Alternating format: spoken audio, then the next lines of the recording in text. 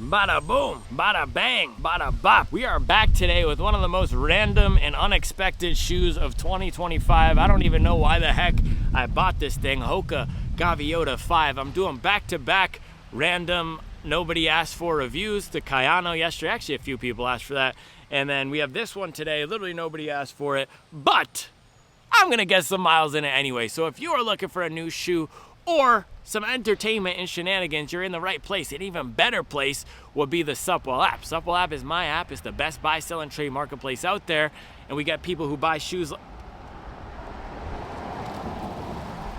I was actually gonna say people who buy shoes like this, but then I realized I've never seen one of these on the Supwell app. So we got people who buy shoes like the Adidas Evo SL, like the Asics Mega Blast, like the Brooks Glizzy Max. They put a run on them or they have a backup pair. They don't want to keep them, so they list them for well below MSRP. So if you're looking to save money on running shoes and get in with a great group of hobby joggers, getting active daily, putting in work,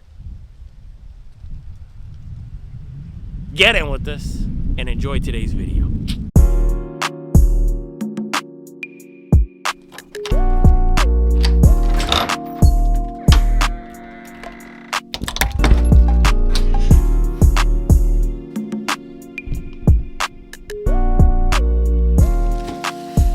Why the heck did I buy this shoe?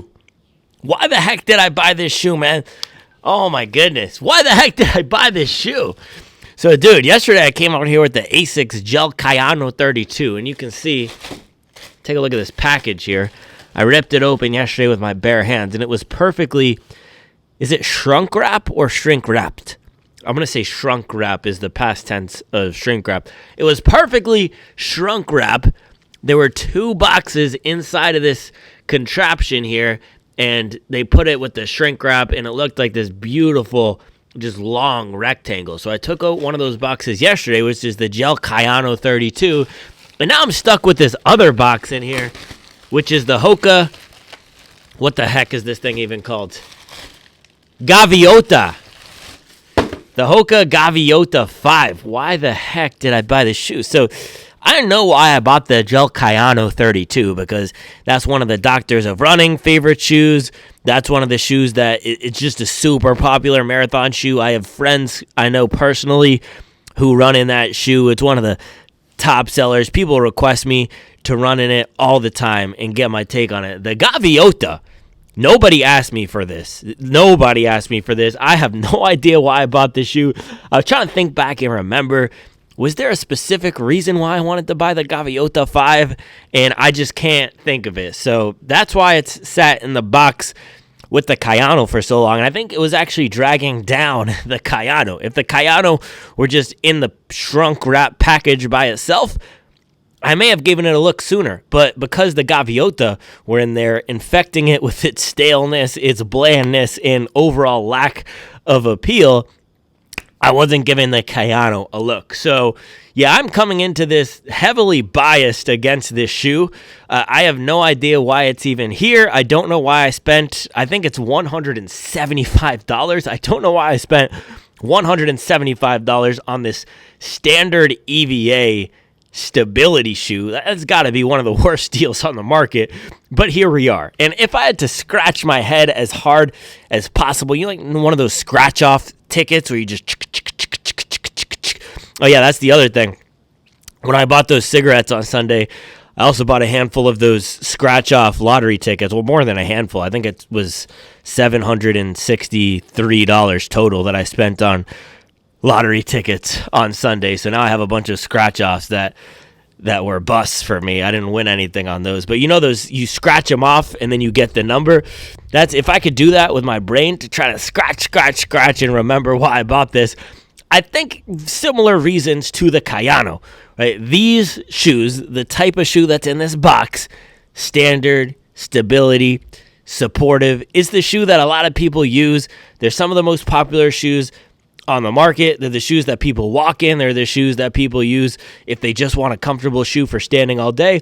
Hoka is one of the most comfortable brands out there.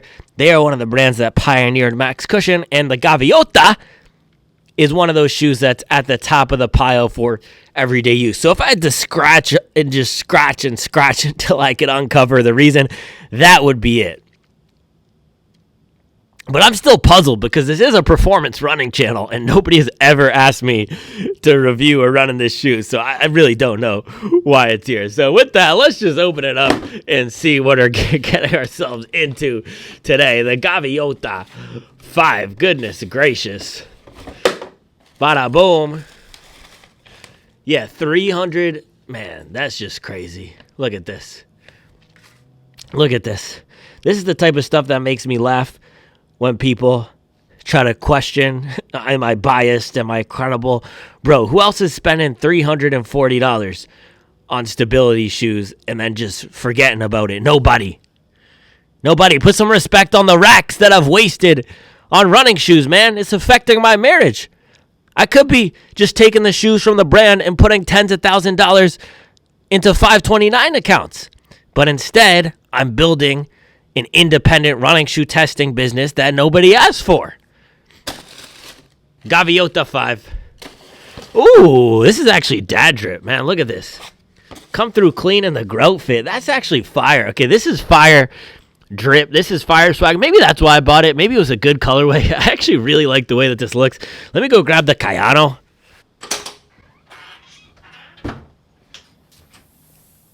I forgot the Kayano. Hold on.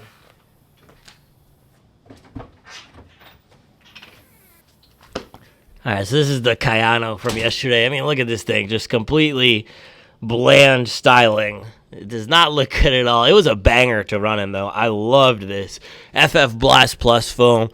Really smooth ride. Way bouncier than I expected, but without being too speed-oriented or aggressive or anything. It was just the perfect training foam in here, man. A really great shoe that worked well for a lot of people. The one thing that was not great about it was the styling. Just absolutely terrible. I think that's one of the reasons Hoka has actually taken off for popular use and for everyday casual wear. Their shoes look really solid. So this is a clean colorway. It's funny because Hoka is actually known for the bright colors like we have on this Kayano here, but this one is more subdued. You get a really nice oatmeal upper and then this blue stripe on the midsole. I typically don't like the colored midsoles, but it works well here. Now, the foam, this is Hoka's compression molded EVA, and I was super surprised to learn that. I think the other reason why I bought this is because I loved the Bandai so much. So this is the Hoka Bandai right here, and this uses the supercritical EVA. This has also gone up in price now to, I think, $175, but it's a really nice version of the foam. It's a lower drop. I put this up high on our tier list because, man, the foam is so nice. It's a very smooth ride. That 5mm drop just makes it very pleasant, and it rolls along. The upper is nice, good padding, very comfortable for walking. Just overall great max cushion shoe. So I had thought that the Gaviota was going to be the same foam as the Bandai. It's not. It's actually the same foam as the Clifton, at least in name, compression molded EVA, and pushing in the foam on the Clifton versus the foam on the Gaviota feels a lot firmer. This reminds me of the Bandai 8, which was not a good experience, man. And people say that shoe breaks in, especially if you're carrying more weight, if you're a bigger runner, 200 plus pounds. I've heard that the Bandai is a nice shoe for walking or running once you break it in and it feels soft and supportive. But man, out of the box, the Bandai 8 was an absolute brick. One of the worst running shoes that I tested out of the box. I honestly thought I was going to get injured running in the Bandai 8. It felt like it made my knees hurt from how firm it was. And I'm kind of getting some PTSD from this midsole here. So maybe, I don't know, if it's that bad, I might be coming back here at mile 4 and finishing out the run in the Mega Blast because I don't need any sort of injury situation. But what you're getting here is a stability shoe. You get the wide base in the back. Let's compare it to the Kayano here. Yeah, you can see visually even wider base than the Kayano in the back, designed for support. You get the foam wrapping up on the sidewalls here. They call it is it the frame?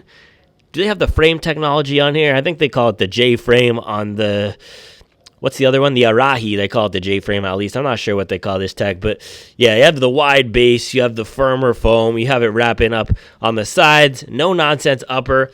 Very wide fit, though. On top, this almost looks like an Ultra with how it's narrow in the back, and then it has this platypus shape in the front. So hopefully this will be a wider fit. It does taper out in the toe box here, but right at this point is very wide. You get this performance mesh upper here, Good padding on the tongue. Looks like a comfort-oriented shoe, but does not look like something that I will want to run fast in. Maybe this is going to be another one for the dad shoe rotation once it breaks in and softens up. My recent dad shoe rotation has been Nimbus 27 TR.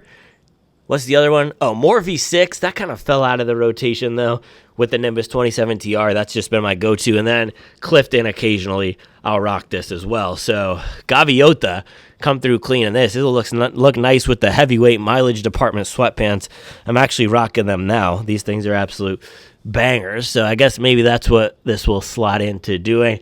Another shoe I want to bring out that it competes with, though, Saucony Hurricane 25. So the Hurricane here, similar price. I believe it's actually the same price now. Is this $175 now? Same price or very similar.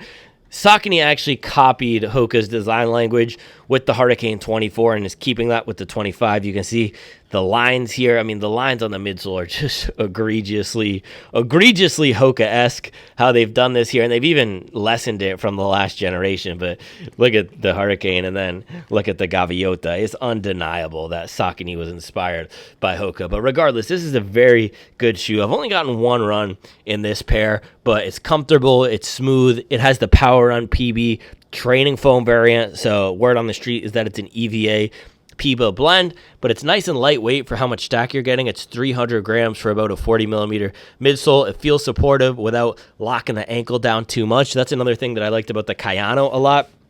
It did not have that 10 tiny elves feeling in the back, because some of the traditional stability shoes like the Puma Forever Run Nitro or the Asics GT, they really hold your ankle down. It almost makes it feel like if you're a neutral runner, it's hard to have your foot move in a natural way. But I didn't get that with the Kayano or the Hurricane, which was nice. So we'll see with the Gaviota. But this is the one where I'm really, the technology in here is better. The geometry looks better. So this is the one where is the Gaviota really a shoe to buy if it's standard EVA? Then you have Saucony, same price here, with the foam that is much better, much more designed for running, likely at a lighter weight. We'll see once we put it on the scale, but it just feels like it's a lighter weight. So with that, there is only one way to find out. Let us get the specs.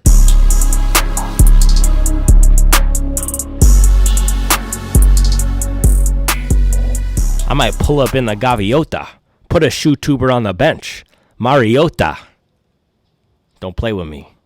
The bar is going over a lot of Europeans' heads. I know that because I was talking about the NFL yesterday, and then, of course, the Europeans have to come out in full force and say, don't talk about the NFL. That was the, I think, most liked comment on the video yesterday, the Europeans not liking the 2 minutes where I talked about the NFL. I realized I had one idea about the NFL that I did not share yesterday because the Packers and the Cowboys ended in a tie.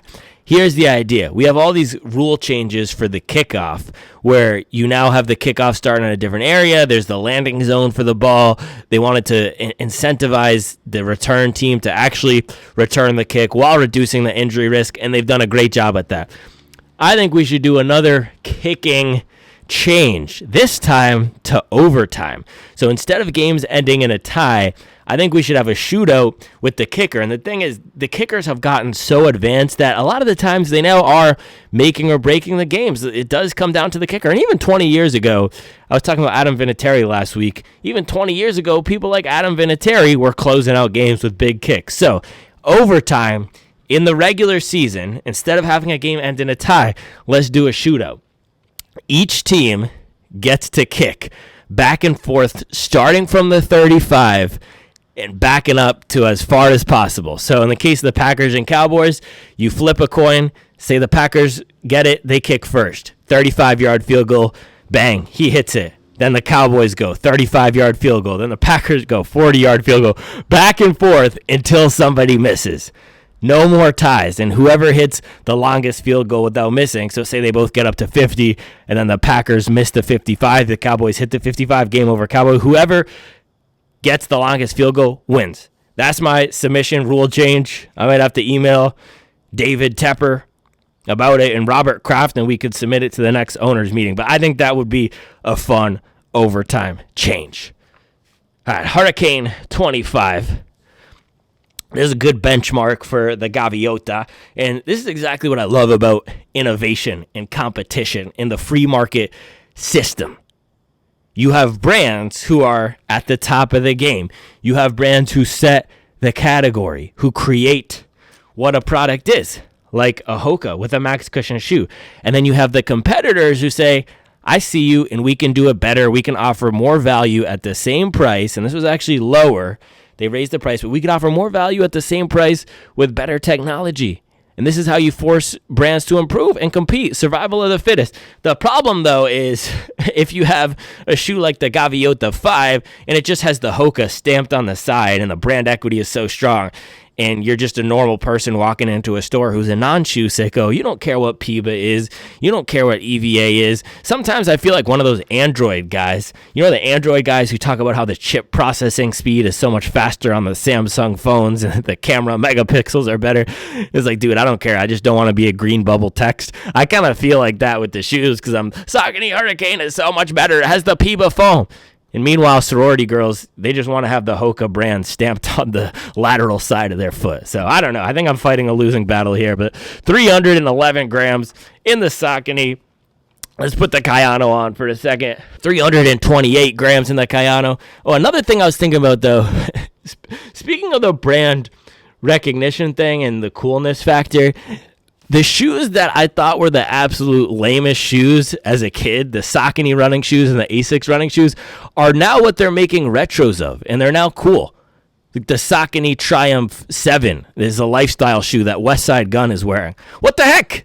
What the heck? I tried my hardest not to have to wear those shoes, and now they're cool? Make it make sense. Pulling up in the Gel-Cumulus 13. What are we doing here?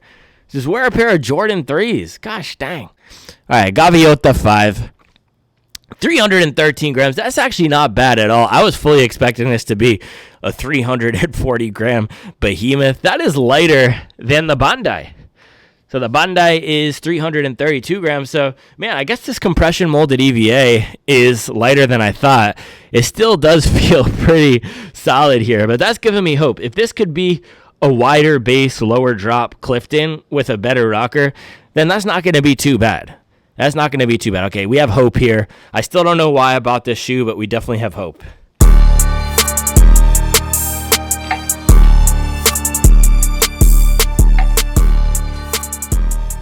Stack check. You know I'm a grind till my last breath. Going hard. Snap necks.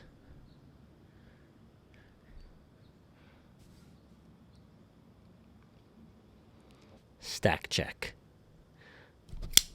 All right, we zeroed this bad boy out. I think I'm getting it to cooperate today. Stack check on the Hurricane. Category benchmark here. 39 millimeters on the left side. Kayano was also 39 millimeters. Let's get a stack check on the Bandai. Bandai is part of the exclusive and elusive, not obtrusive, 100-mile club. I don't know how many shoes have gotten up to the 100-mile club this year. Probably around 15, maybe. But very similar stack height here. You can see they're all in the same ballpark, 39 millimeters. Ooh, but because this has 100 miles in it, that means it's compressed over time. It was probably closer up to 40 out of the box. Now let's get the Gaviota. Bada boom. Bada bang. Ooh, lower down, 37.5. So that actually puts it down lower than the Clifton. I think the Clifton now, because I've used it so much and the compression molded EVA does, no pun intended, compress a lot over time. I think this is closer to 34, 33. Yeah, 33.6 in the Clifton. But the Gaviota would be higher than the Clifton out of the box. Or no, sorry, lower than the Clifton out of the box and the lowest in the category here. So specs are a little odd, different than what I expected. It's lighter than I thought, but it's also lower stacked than I thought. And when I bought it, I thought it had the supercritical EVA foam, which it does not. So it's a lower stack, stable shoe with an old foam for $175. Yeah, it's not looking too hot for the Gaviota, but let's lace it up and see how it does. Bang. Hold on. Got to do a QA check. Hoka's not known for their amazing QA. 313 on the right side. 314 on the left side. Look at that. Ooh, that's almost exact. 313.9 versus 313.8. Bro, that we can call that almost an exact. That's the closest we've ever seen. I want to call that an exact match because this scale is not accurate to the 0.05 place. That's crazy. They said, shut your trap, shoe tuber. Put some respect on our QA.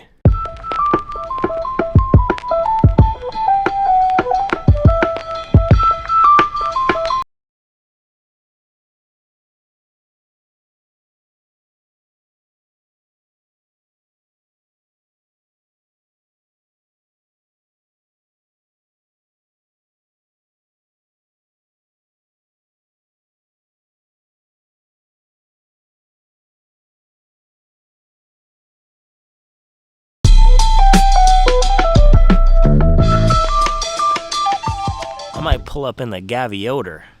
Your channel stinks. It's got a bad odor.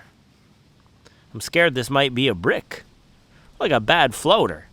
The way I treat the mileage, I'm a mad soldier. Oh man. Alright, Gaviota on the foot here. Gosh dang. Yeah, I don't know, man. I don't know. Definitely firmer on the initial step in here, and it does have some of that ultra feel with the width of the toe box, and it's not super wide, but it's just something about the way that this fits. It's giving me big topo or ultra vibes. I've tried more topos than ultras, and it just does feel like that topo platypus effect. Do you see this? It just bulges out in the front in this weird way. Yeah, heel is very stable in the back. Pretty much not that much give back there. I was going to say no give. That's not true. That's not true. I'm just worried this is going to be a brick. I am. Especially because the Bandai 8, which this looks eerily similar to, was not a good shoe for me. And it almost feels like they're keeping the spirit of the Bandai 8 alive in this, because the 9 was such a huge departure and they made it so much better for running. I wonder if because the 8 was such a smashing success, they kept it alive with this for the people who didn't like the new Bandai. But yeah, true to size here. If anyone watching this video is actually considering buying this, I don't know. This is probably just for entertainment value at this point. The toe box is wide. The tongue feels nice. I don't know. Let's do a walk test.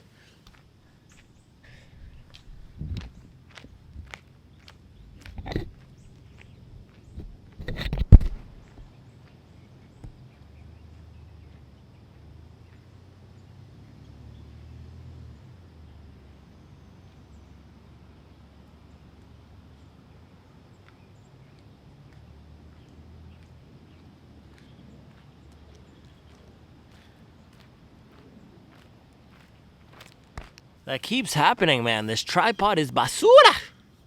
Basura. Oh, it's also starting to rain. Yeah, if one is an Endorphin Elite or a 1080 V13, if that's a 1 and a 10 is a pair of Timberland boots or some sort of on shoe like the Cloud Surfer 2, this is a 6 or a 7 on the softness to firmness scale. Under my weight and size, it's not compressing very much like this. I'm putting basically all my, right now I'm lifting up, putting all my weight on the forefoot here, not going down at all. Let's see, back. Yeah, not going down at all. So this is really giving me Bandai 8 vibes. It also looks like the Bandai 8. But for walking, like we did right there, very comfortable. And I've got to say, I like the Clifton for running. I like the Bandai for running. I like the Skyflow for running. So it's possible that this is just the dedicated walking shoe in the lineup, which again makes me ask myself, why the heck did I buy this shoe? I probably could have figured that out with a few Google queries instead of spending $175, but here we are, so we might as well go run in it. 8 miles, let's do it.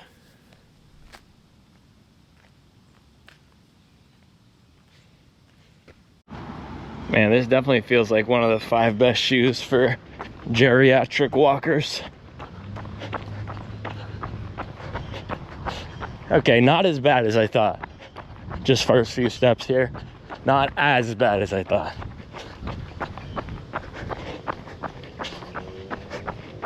Yeah, definitely firmer, but that early stage meta rocker, whatever they call it, I think that's what they call it. I don't know if that's what they call it on this one, but the rocker is nice.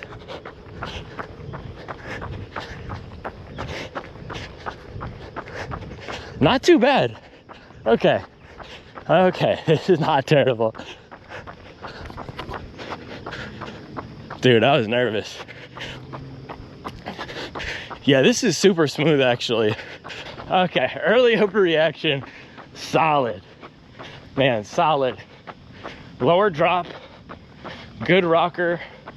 The foam is nothing special, but the geometry and the stack height and the overall comfortable fit and feel of it are making up for that.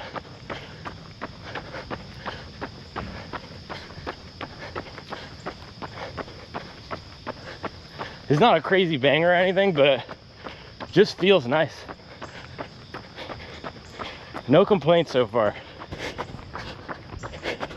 It's definitely on the firmer side, but not a brick. Early overreaction, not a brick. Mile 1, 8:38. I did 2 loops of back around my house to start. Waiting for my legs to freshen up still.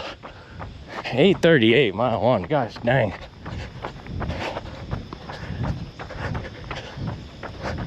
Yeah, this is nice. Very smooth. There's a gentle bounce to it. Much better than the Bondi 8. Yeah, this foam is not bad at all. I'm pleasantly surprised. I was nervous about this one. I want a break from the hills, man. The hills have been killing me recently. It's hard to recover running all this elevation.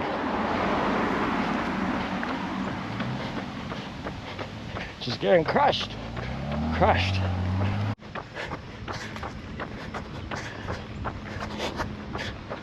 Yeah, about 1.5 miles in here now. I'm liking this way more than I thought.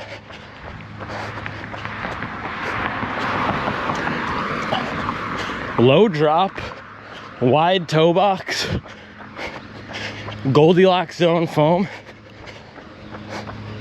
and it has a lot more bounce than I expected. Yeah, this is not Bondi 8, thankfully. Another shoe that reminds me of that Ghost Max type of shoe. Also with the weight being so much lower than I thought, it's really not that bad to turn it over. So yeah, 2 days where I'm pleasantly surprised in a row. Both of these stability shoes have been good. Mileage is a weighted vest. So weighted vest, when you cut the mileage or when you taper, you get to take that vest off.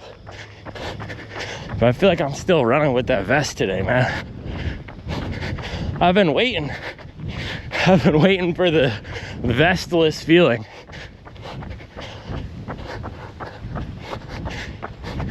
Hasn't been coming. I thought I would get it last week or the week before. I've had runs here and there. I feel okay, but just haven't had one where I'm floating like I want to be. Sunday's long run before the marathon pace section actually felt good.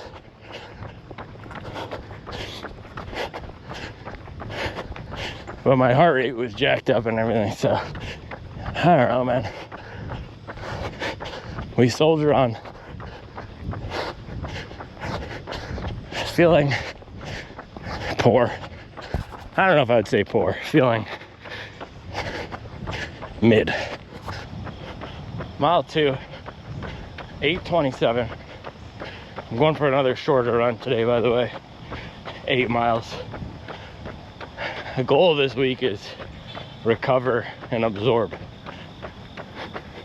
I'm hoping by Thursday I feel fresh again. I actually didn't even double yesterday.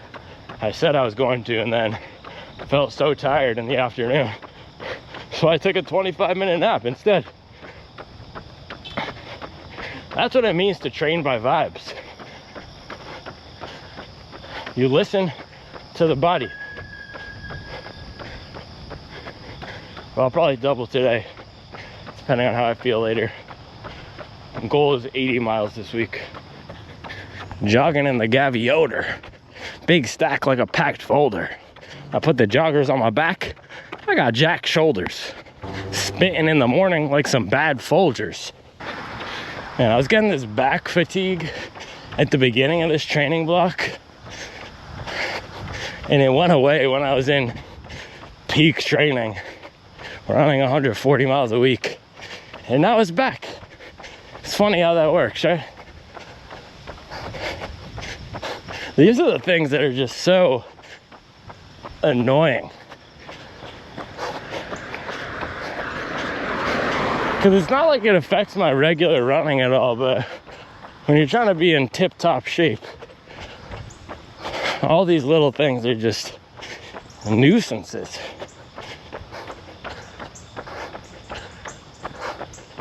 It's just one of those things I can feel when I'm pushing hard, threshold or marathon pace.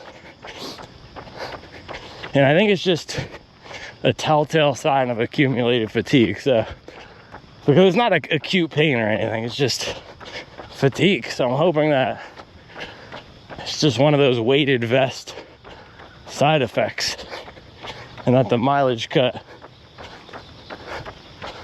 will fix that as well.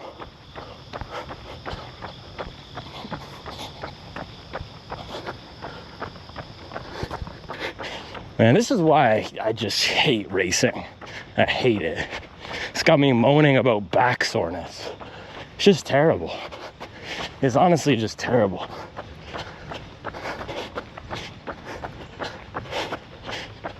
It was one of those things that I wouldn't even think much of it if I were just running. But every little thing gets amplified. And now I'm cutting mileage because I'm racing. I hate it. I absolutely hate it.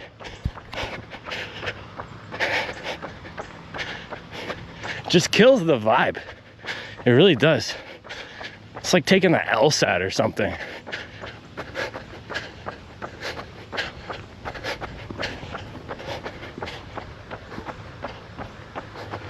I really might retire after this.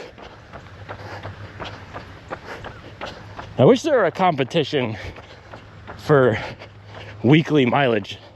If there were a race, a weekly mileage race. How many 100-mile weeks can you run in a row? That would be my competition.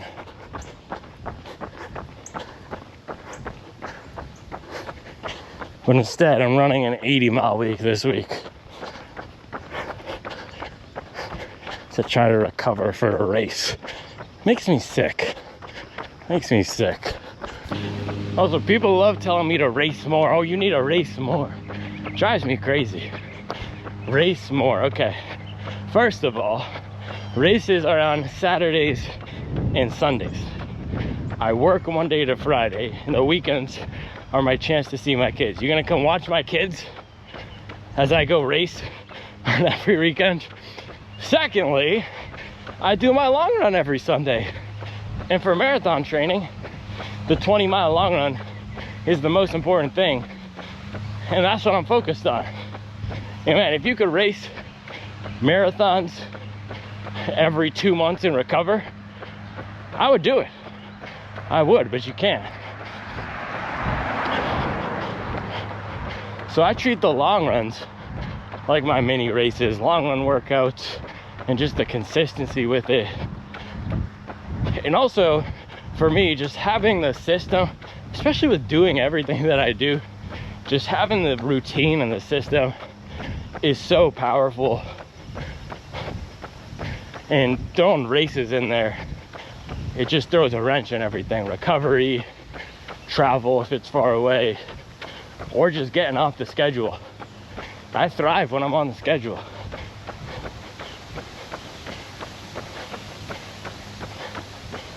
So yeah, everyone's got to do what works for them, but as someone who has 2 jobs, 3 little kids, and training for peak marathons, doing a bunch of local small races is not conducive to a happy life for me.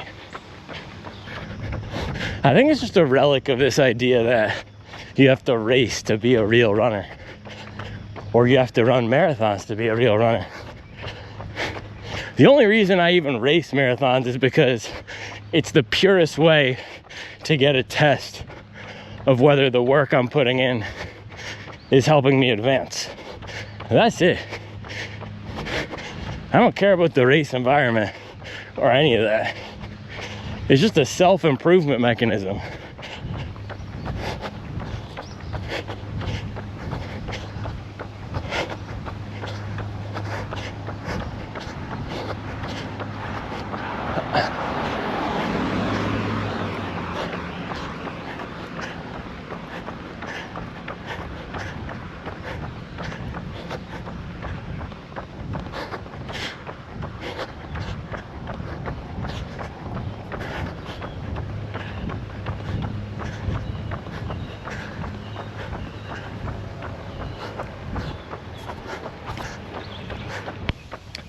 Mile 5, forgot to check in about the shoe on mile 4.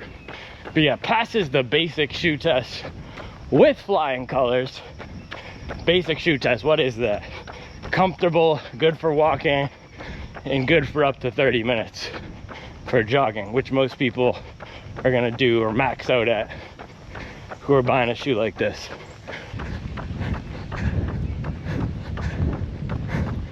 So yeah, I'm definitely a fan of this, man. Super easy to run in. Smooth, good protection. A lot better than I thought.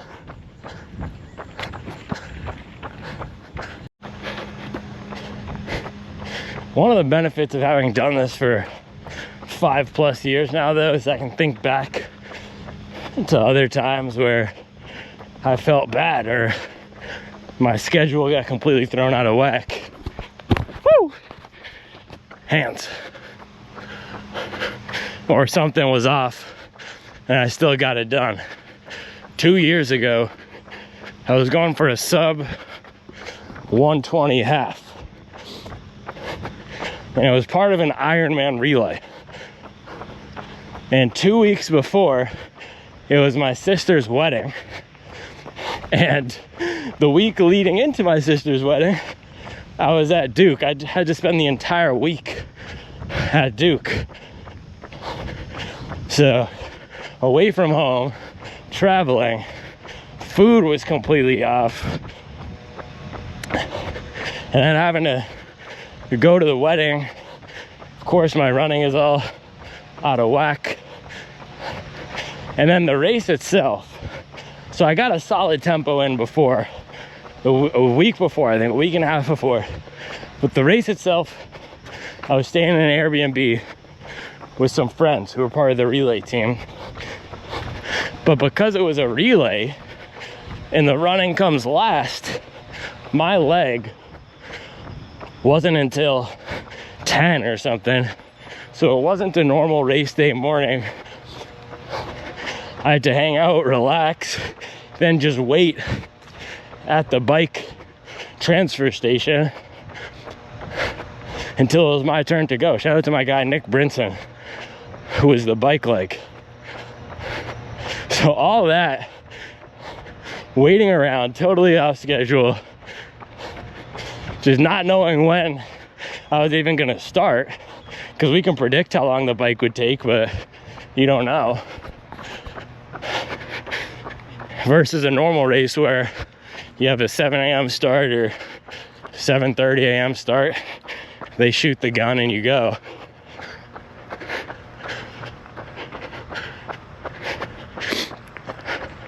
Now this was totally different. And I remember before the race, warming up, I felt horrible, man, just horrible. Felt like my heart rate was jacked up. Doing some race pace strides, Nothing felt right. I was wearing the Vaporfly 3s because they were just one of my few carbon shoes at the time. Those didn't feel as great as I had hoped. Breakfast was different and off because I was traveling. Just so much going on.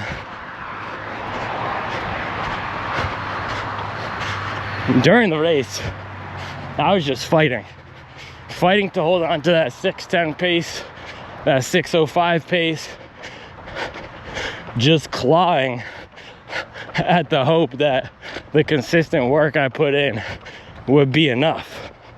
And it was an out and back course, and I remember at the turnaround point, I shot out of that kitty corner like a cat out of heck, and I was gone.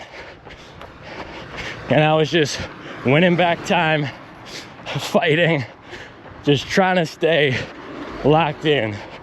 And there was a huge hill at mile 10 that almost took me out. And I remember checking my watch. I had an Apple Watch at the time, just doing the hobby jogger math. Am I on pace? Am I on pace? And just telling myself to fight.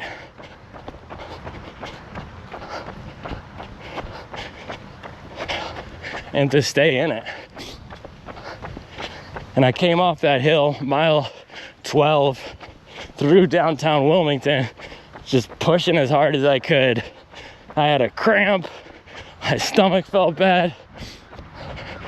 And I remember realizing mile 12:8, 12:9, that I had it in the bag. 30 seconds, man. I had it by 30 seconds. And I was just banging that last point 1, point 2 through the velvet ropes that they put on the course. Diabolical, man. At the end of the course where you want to just sprint straight, there are all sorts of turns to get you back to the hotel convention center in this really tight setup. So just pushing as hard as I could, doing 90-degree angle turns. And I crossed that line in 1:19:28. And that feeling right there, that's the best feeling in the world. You can't pay for that. Nobody can hand it to you.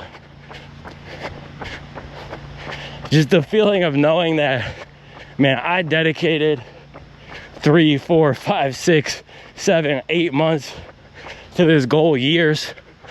In some cases, it wasn't perfect. But all that matters is that the number on the watch reflects the grind and the commitment and how much I put into it. That's a sweet feeling. But man, the other side of that, absolutely crushing. Absolutely crushing. But all that's to say, there's hope. There's hope. It doesn't go perfectly every time. Last year, the Chicago block, I was lucky. And I typically don't use that word, but I'm gonna use it because I do feel this year I've been unlucky in this lead up. Just the travel piece of it, I just know for me that just throws everything off. So that's pretty much luck. Last year I was lucky to have super smooth lead up. And when I was realizing about the travel, why it messes me up is I do really well when I can just get onto that weekly cadence of, okay, Wednesday midweek workout, Sunday long run, or Thursday shorter midweek workout, Sunday long run. Especially with the training by vibe and how in tune I am with my body, it allows me to modulate or stick to what I know. Versus if I'm traveling every other week, I don't get to choose the workout days. So every week for the past 4 weeks, I've run a workout a day earlier than I wanted to, just because I didn't have the extra day because of the travel. And even this weekend, I'm gonna have to do my long run on Saturday. instead of Sunday. And then my flight is at 3 p.m. on Saturday. So it's just luck of the draw, man. Variables out of my control, but I'm just remembering that 2023 season where it was sticky, but I got it done. Hold on, one more thing too. It's what a lot of people don't realize, trying to tell me you should do this, you should do that. I got my own battle stories. I got my own war scars.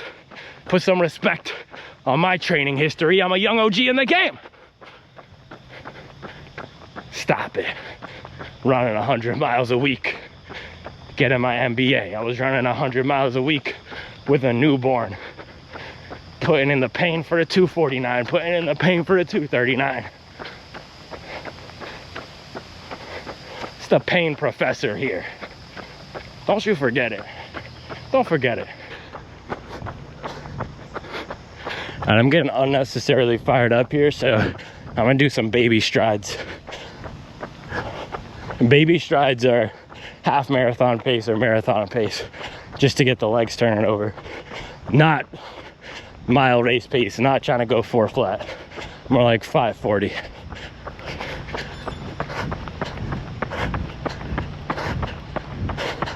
Dude, these have a weird amount of bounce.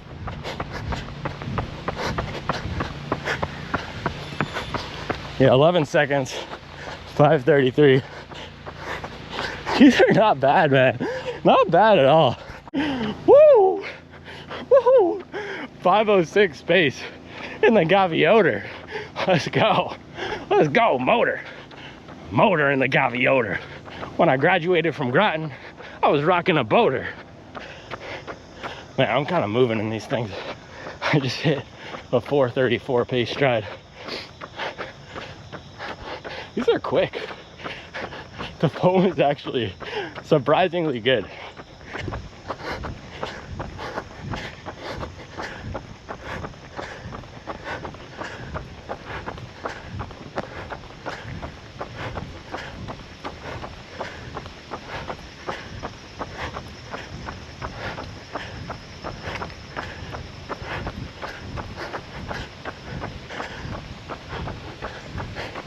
Dude, this might be just as good as the Skyflow. All right, let me give it some juice on this one. Woo!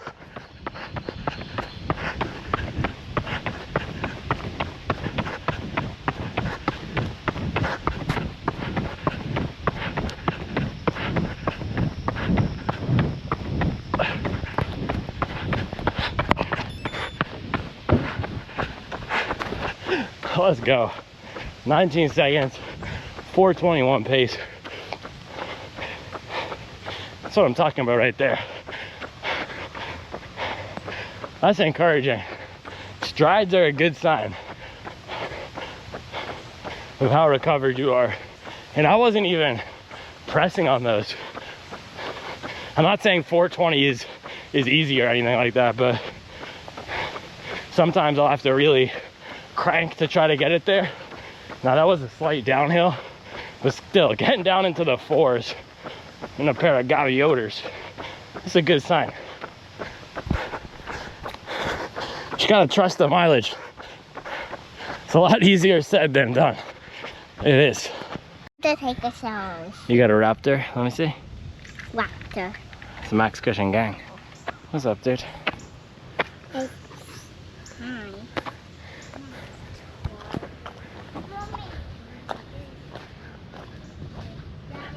I'm going to say what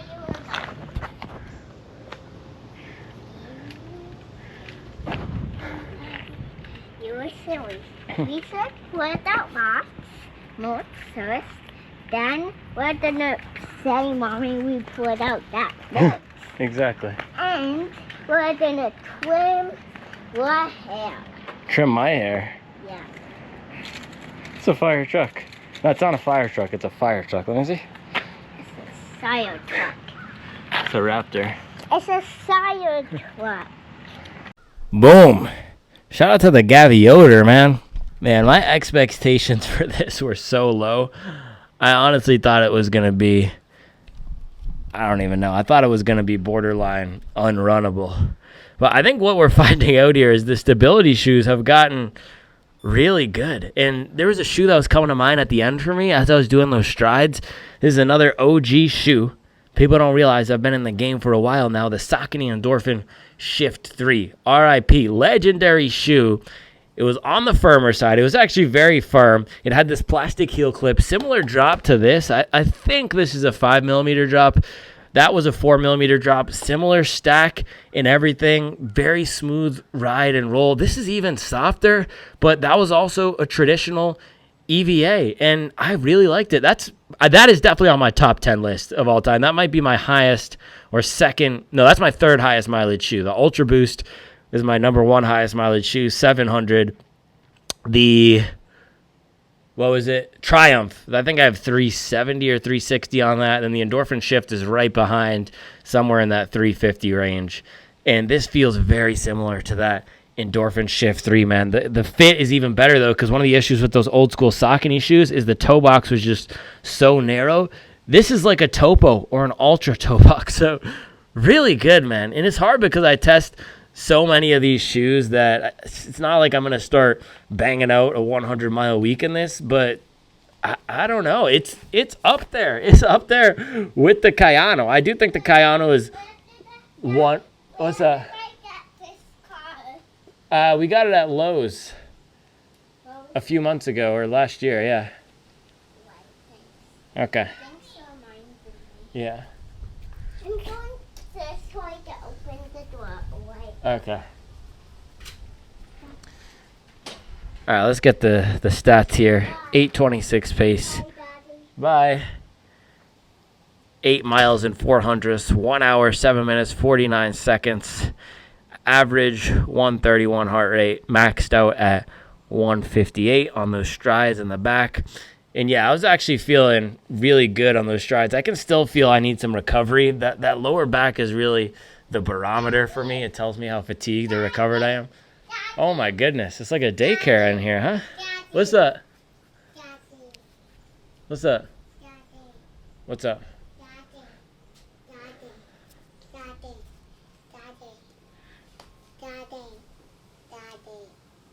Roni? Can you say Gaviota?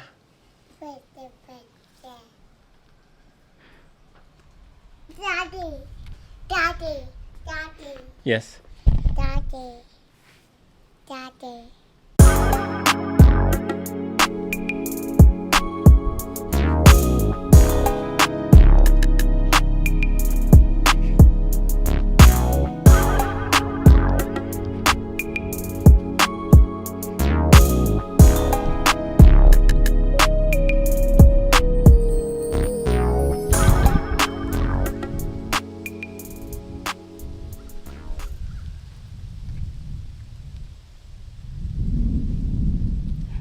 And Nobu acting antisocial. Brother, I don't know you.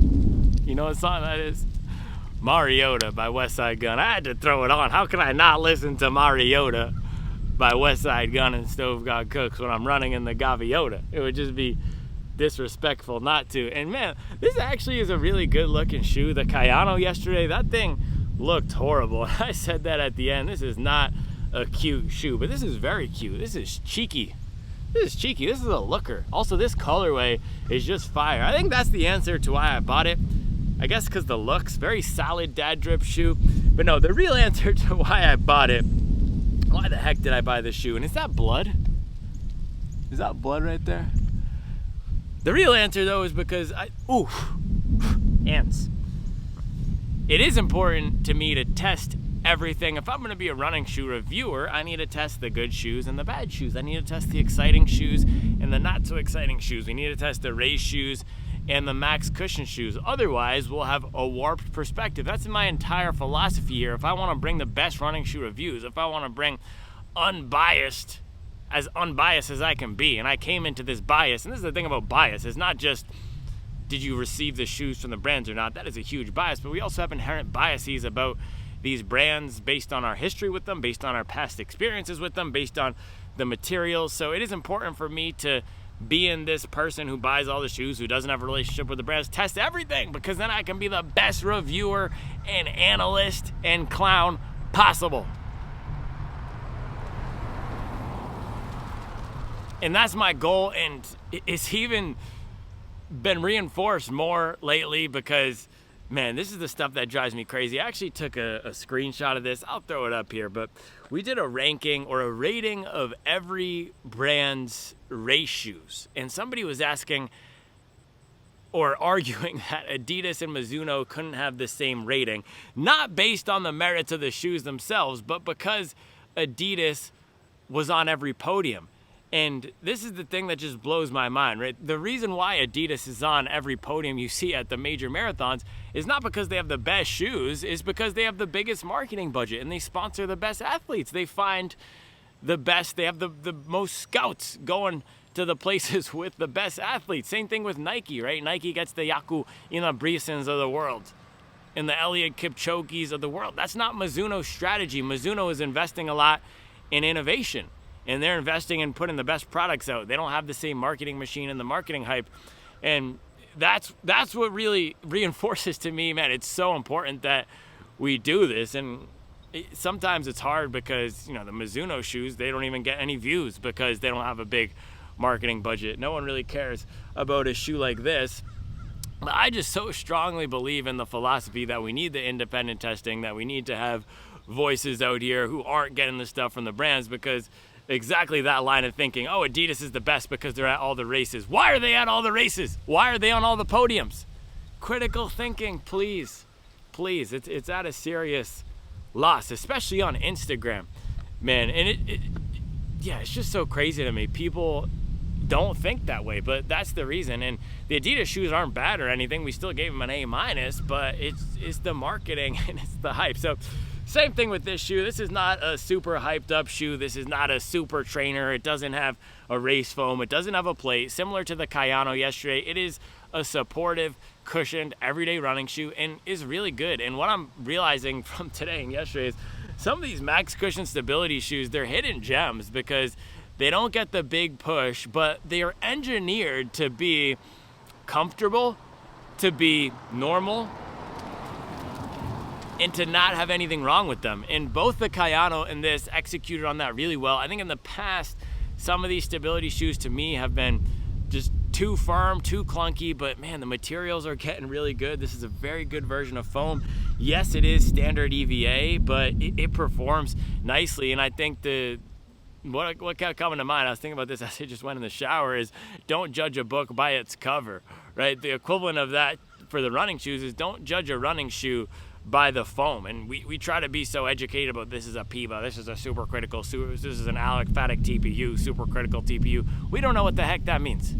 You don't. Don't try to pretend you know what the heck the difference is between an aliphatic TPU and a supercritical PIBA. And even if you do, you are not a material scientist. There's probably 1 to 3 people out here watching this who are material scientists. I am not.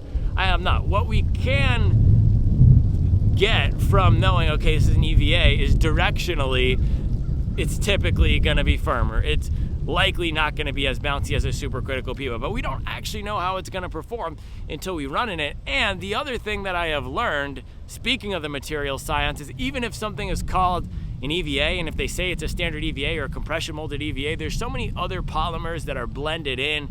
The olefins, there could even be some TPU in here. I don't know. I have no idea what the actual polymers would be, but there's nothing that is just a straight ethylene vinyl acetate anymore like it would have been in the 70s. All these foams are blends and mixtures and mashes, so there's not all that much we can tell from what this is. Point being, yes, it's an EVA, but what really matters is how it runs, and it was very smooth, comfortable, supportive, with a lot more bounce off the forefoot than I expected. And the other thing about don't judge a book by its cover, I was sleeping on the fact that this had a lower drop, and what we know is that a lot of these moderate drop shoes are really good because the geometry can make or break a shoe. And if you look at the geometry here, it's really nice. You have this gentle heel bevel in the back. There's no choppiness to it at all. It's very smooth. The middle is flatter, so you get a nice transition, and then the front is this nice gentle rocker, and it was really easy to get up on the front here for those strides. Of course, this isn't an aggressive racing shoe or anything like that, but just for an everyday run where I want to throw in some pace pickup here and there, move the legs like I was doing this morning on a recovery run, it was perfect for that. And then upper fit is really nice. There's no weirdness to the back. And like with the other stability shoes I was saying, sometimes you get that 10 tiny elves feeling. None of that in here. It's not locked down too hard. It's a nice wide stable base here.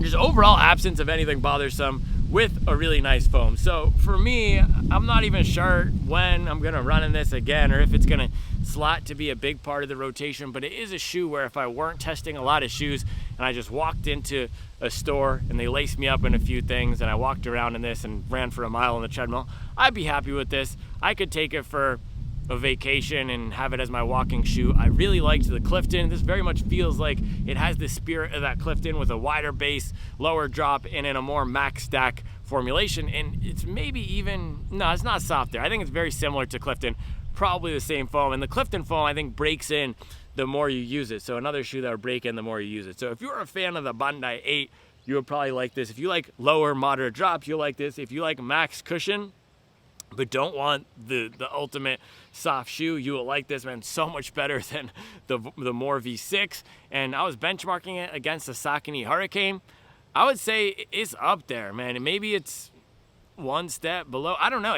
This was only an 8-mile run, but a very serviceable shoe that has a lot of good qualities to it. And I think with these shoes, the number one thing is just don't mess them up. Just give us something normal that feels reliable, that's good for a jog. And if we throw up this run today, it was just a normal everyday run, right? Going out for an hour, 8-minute something pace. I threw some strides in at the end and it handled it beautifully. That's the max of what most people are going to be doing in a shoe like this. This is really designed to be a basic shoe, and it absolutely crushes it. Plus some suggestions of higher mileage capability, or at least the ability to handle these hour-long runs with pace pickup. So with that, let us close it out with the 3 questions that we always ask and answer in these first round reviews. First, how does this do versus its intended purpose? This is designed to be a max cushion stability shoe. It's designed for support. It's designed to have a more structured feel with a high cushion formulation, so you're not sinking down too much. It does that really well. I was scared it was gonna be too firm and too brickish. Now, it's not as soft as the Kayano yesterday.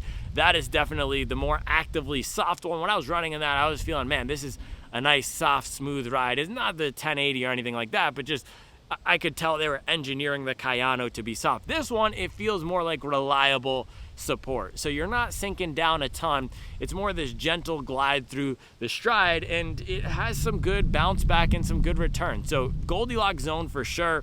I said it was maybe a 6 or 7 on the firmness. I would push it back to 5 or 6, depending on your size. So if you're a bigger runner, this could be closer to a 5 in the softness, maybe even a 4 in the softness. If 1 is the ultimate softest 1080 and a 10 is an on cloud surfer or a Timberland boot, I will put this right around that 5. It's gonna vary based on your size. For some people, it might be closer to a 6. Some people it might be closer to a 4, but right in the middle range. So it accomplishes its intended purpose really well. Another thing that I like about it, low key here that I was not expecting, wide toe box, very wide toe box here. It has that topo or ultra feel. You get a ton of room. It looks like that platypus duck foot shape.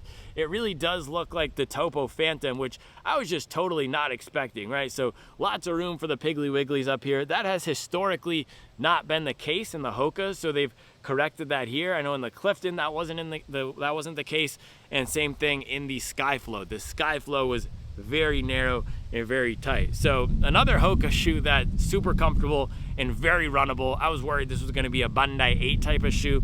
It is not. Now, potential downsides when we think about the intended purpose of this being reliable support and comfort, it always comes back to the durability for Hoka, especially with this foam compound. And again, we don't know these things until we test them, but directionally in the past, this type of EVA foam from Hoka, in particular from Hoka, the compression molded EVA that's more comfort oriented, does not stand up the best. Now, I've actually had people say the Bandai 8 lasted them a ton of miles, and we have people who use that as their one shoe and beat it into the ground. But I've had others who say those shoes, especially the Clifton, give out for them in 100 miles, 150 miles. So I'm definitely not going to get 100 miles on this. I can tell you that right now, just because of the number of shoes I test. So stay tuned for somebody else's channel, or stay tuned maybe for somebody on the Supwell app, although I have not seen anybody on the Supwell app buy this shoe because it's not the latest and the greatest and the most exciting.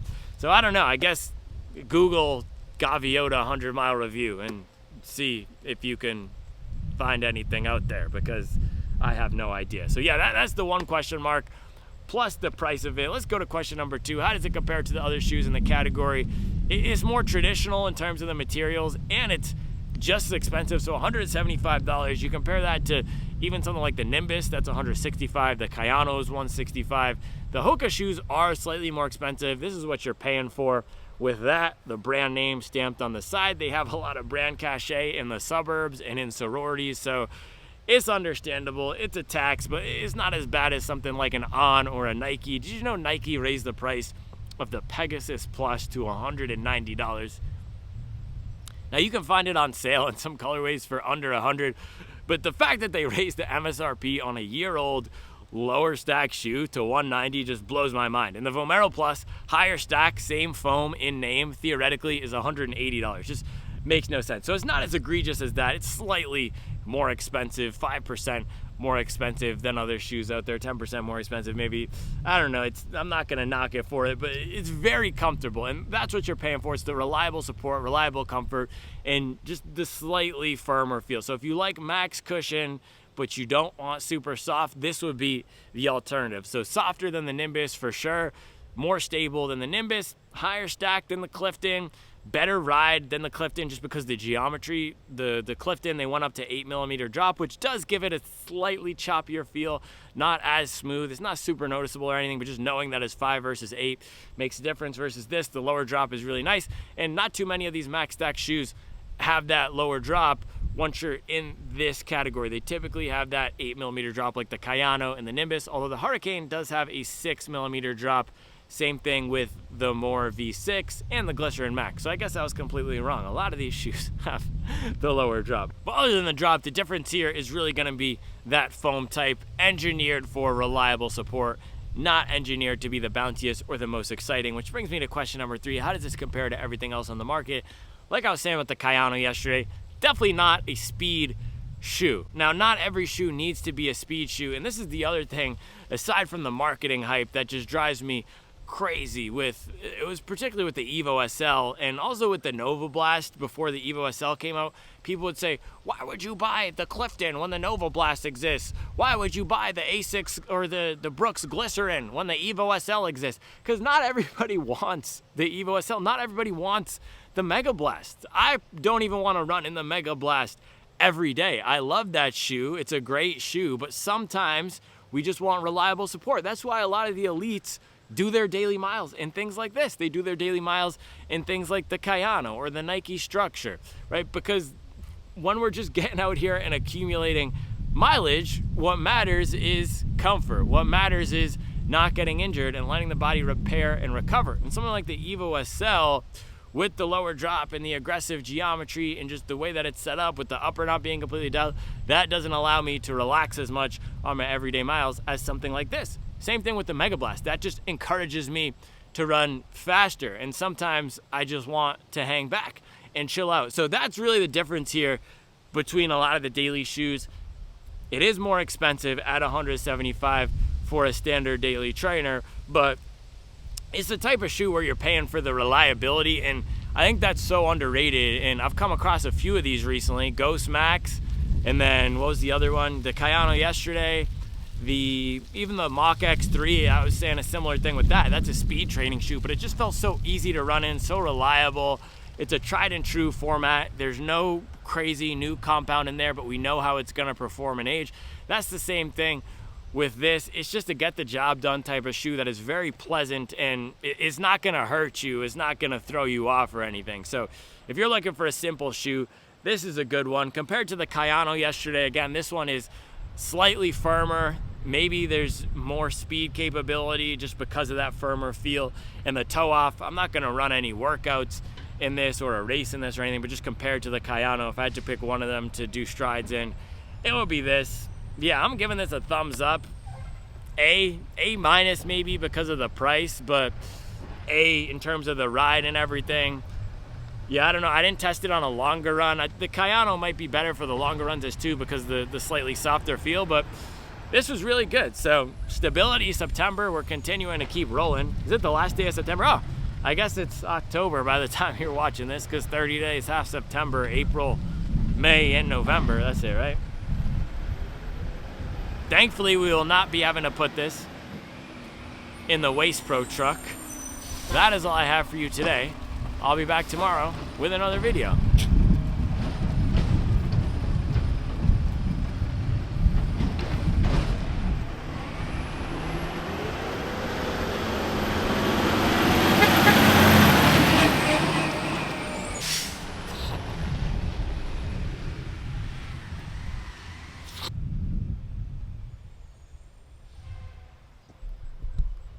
We finally got that PR weather, man.